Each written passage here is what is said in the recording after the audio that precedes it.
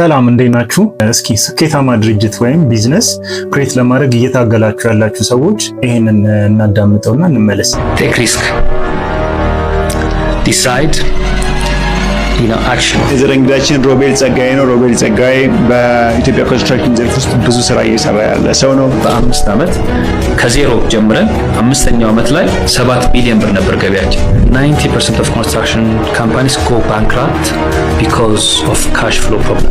የቪዥን ችግር አይደለም፣ የሚሽን ችግር አይደለም፣ ገንዘባቸውን ማኔጅ ማድረግ ስላቃታቸው ነው። እዚህ ጋር የሚያወራው ስለ ካሽ ፍሎ ችግር ማለት ነው። ብዙን ጊዜ ብዙ ድርጅቶች ወይም ቢዝነሶች ፌል የሚያደርጉበት ዋነኛው ምክንያት ምናልባት ከ90% በላይ የሆኑ ድርጅቶች ፌል የሚያደርጉበት ምክንያት ከካሽ ፍሎ ጋር በተገናኘ ወይም ይሄ ገቢዎቻችንን ፕሮፊቶቻችንን እና ከገንዘብ ጋር የተገናኙ ነገሮችን ማኔጅ የምናደርግበት መንገድ ዋናው ፋክተር ነው ማለት ነው። የሚያወራው አክቹአሊ ስለ ኮንስትራክሽን ውስጥ ስላለው ኢንዱስትሪ ነው። ነገር ግን ፋንዳሜንታል የሆነ አይዲያ ስለሆነ ለሁሉም አይነት የሚሰራ ሀሳብ ካሽ ፍሎውን ወይም ይሄ ገንዘብ ልክ ፍሎ ማድረግ ሲጀምር ገንዘብ ወደ ቢዝነሱ ወደ ስራችን መግባት ሲጀምር እያንዳንዱን አማውንት ማኔጅ የምናደርግበት መንገድ እኛን ስኬታማነት በጣም አፌክት ያደርጋል ማለት ነው። ፕሮጀክቱ ላይ የተሳተፈ ባለድርሻ አካል በሙሉ ሲሳካለት ነው ለኛ ስኬታማ ኮንስትራክሽን ፕሮጀክት የምንለው።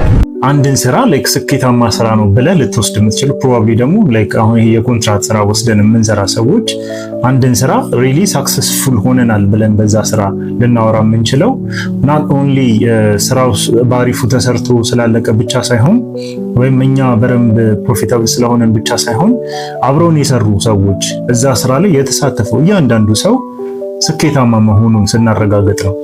እያንዳንዱ ሰራተኛ በየሂራርኪው ያለ ሰው መጠቀም ባለበት ሲጠቀም ነው ሳክሰስፉል ሆነናል ብለን ልናወራ የምንችለው።